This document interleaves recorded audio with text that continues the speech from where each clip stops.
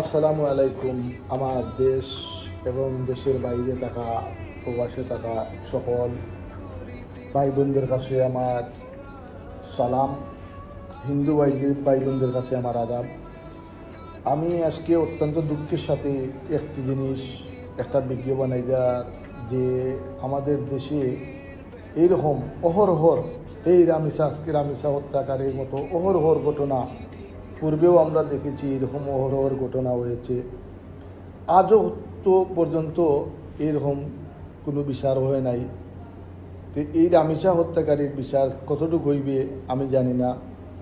আমি দেশের প্রশাসনের কাছে আমার আকুল আবেদন, আমরা প্রবাসে থাকা সকল ভাই বোনেরা আকুল আবেদন করি আর যে এই রামিসা হত্যাকারীর যেন সর্বোচ্চ শাস্তি ফাঁসি হয় এবং এই ফাঁসিটা যেন জনসম্মুখের মাঝে এনে দেওয়া হয়, যাতে আগামীতে কোনো দুষ্কারী এইরকম সাহস যাতে না পায়।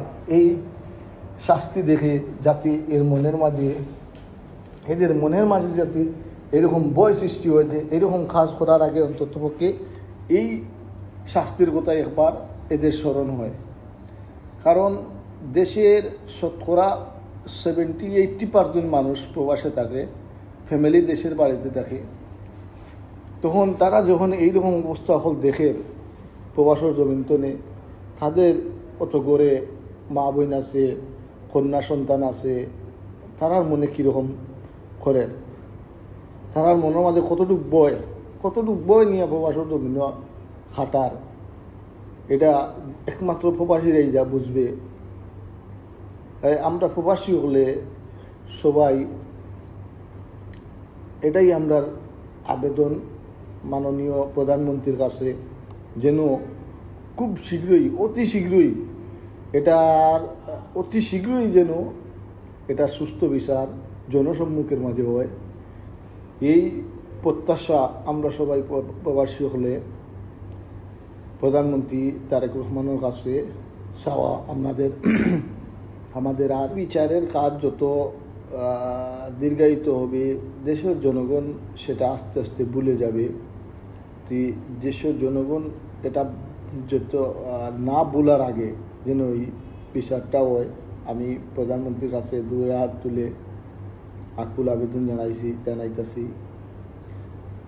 আমরা প্রবাসের জমিনও যারা আছি, দেশে যারা আছি, সবাই এই রামিসা হত্যাকারীর বিচার যতক্ষণ পর্যন্ত হইছে না ততক্ষণ পর্যন্ত আমরা কেউ বসে থাকবো না। যে জায়গা আছেন, যারির কর্মস্থল থেকে এটার তীব্র নিন্দা ও প্রতিবাদ জানাই। কারণ এগুলা আস্তে আস্তে আমাদের দেশে এটা অহরহর